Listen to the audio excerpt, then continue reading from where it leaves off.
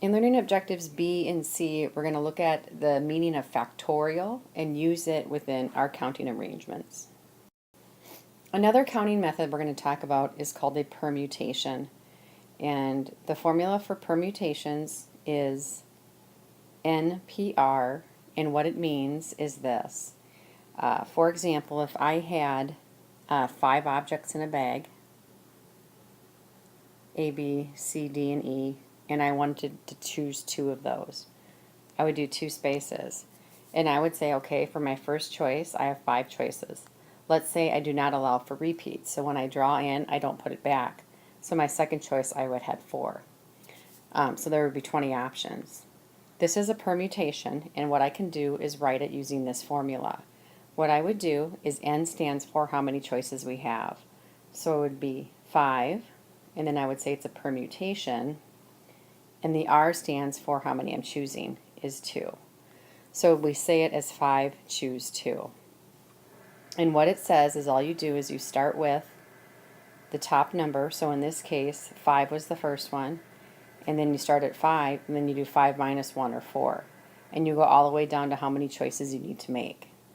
Basically, if you just draw the spaces and do the calculation, you'll get the same answer as if you use this formula. So let me show you the formula. It's right here. What I would write is this. 5 choose 2, for example. I would do 5 factorial over 5 minus 2 factorial. Okay, this equals 5 factorial over 3 factorial. Now the question is, what does this factorial or this exclamation point means? What factorial means is start at the number that you're given, in this case the 5, and count all the way down to 1, and you do multiplication. So it means 5, 4, 3, 2, 1. 3 factorial, same thing. Start at 3, and you multiply and you count down all the way to 1. Now watch what happens to this fractions. The 1s, the 2s, and the 3s all become 1. What we're left with is 5 times 4, which is what we did originally by just doing the spaces and filling them in. So you now have a second option. You can either draw the spaces and fill in your options to get the answer of 20, or you could use this formula here for a permutation. Let me show you another way to set this one up. So here's another example. 9 choose 7. So what that means is I have 9 things in a bag, and I'm going to choose 7 of those. So if I did that with spaces, by the way, I would do 1, 2, 3, 4, 5, 6, 7 spaces, and then I would fill in the blanks. I would do 9, 8, 7, 6, and so forth. Now be careful, permutations means no repeats, so it's very specific for that. If I use the formula stated up here, here is what I would write instead.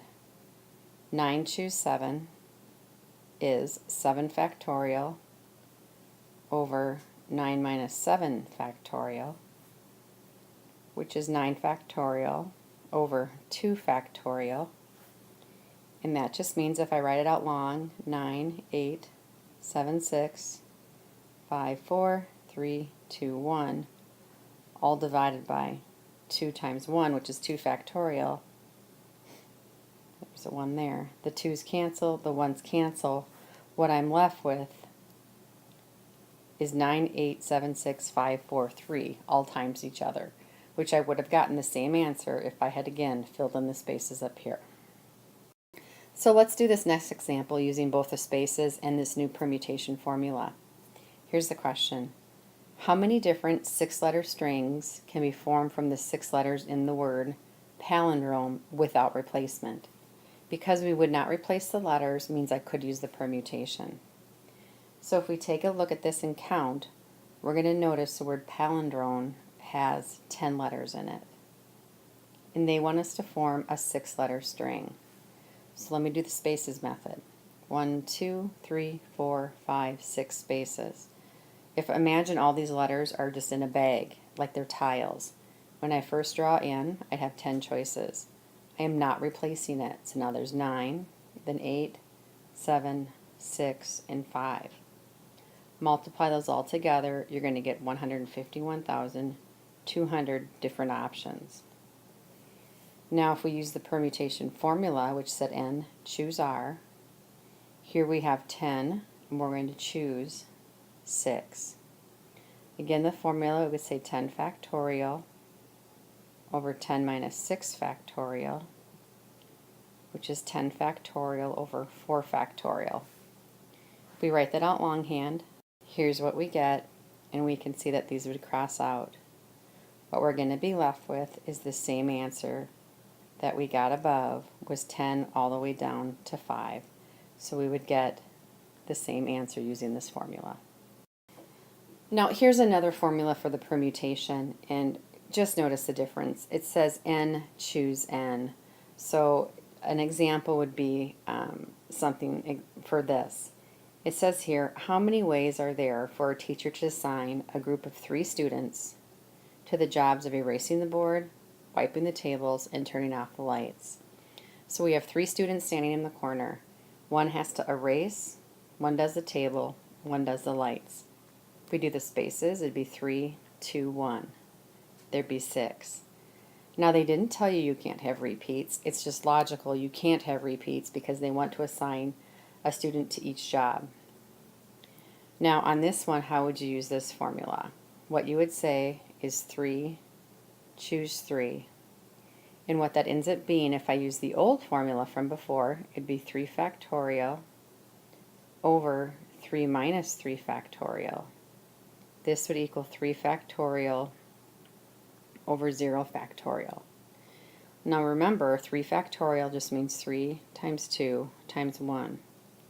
We know the answer has to be 6, so if you think about it, what does 0 factorial have to equal? If it's going to be in the bottom of this fraction, 0 factorial cannot equal 0, otherwise this fraction would be undefined. The only thing 0 factorial can equal is 1. So the answer here is still going to be the 6 we got above. Now, what this formula up here is saying is, you know what, if you don't want to use the old formula of n choose r, you can just do 3 choose 3. So you would write 3 choose 3, and just know it's going to end up being 3 factorial. Overall, what I do with these problems, you guys, is I literally just do the spaces, and it will tell me if I can use this formula or this one.